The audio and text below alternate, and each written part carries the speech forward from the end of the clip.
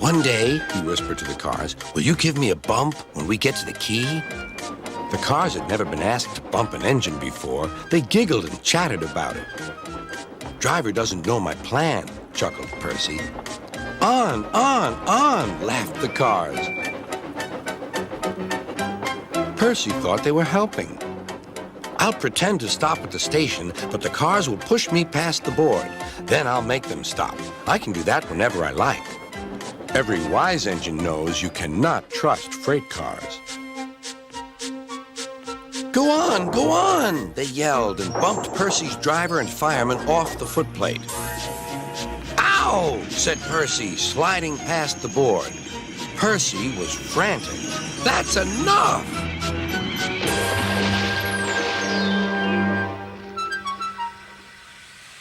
Percy was sunk.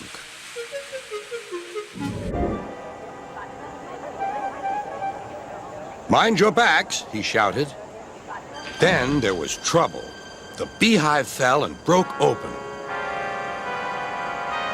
The station cleared like magic. James heard a familiar buzzing. The bees were too cold to be cross, so they buzzed around the fireman, hoping he'd mend their hive. But he didn't understand, nor did his driver, so the bees turned to James. His boiler was nice and warm. Buzz off, hissed James. One bee burnt his foot. Ooh, ooh. The bee thought James had burnt him on purpose.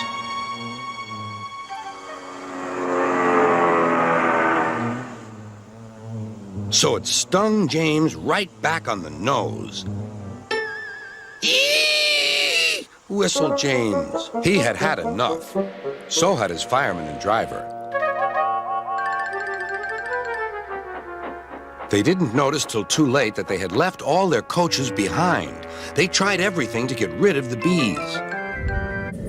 Ready, whistled Duck, and off they went.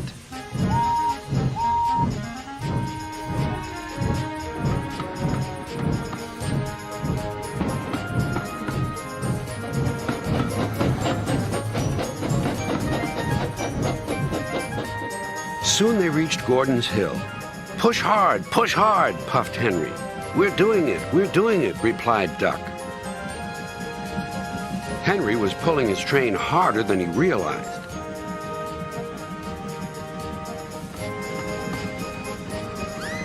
Duck felt the weight on his buffers slacken. Then Duck noticed something else. There's no sign of a tail lamp, he puffed. He whistled, but there was no reply. Meanwhile, Henry had noticed something too. My train's getting heavier, he thought to himself. I'm slowing down. Then there was trouble.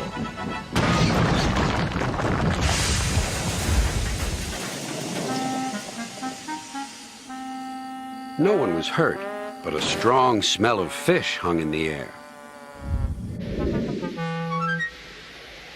The fireman went to throw the switch. Now for my plan, thought Thomas.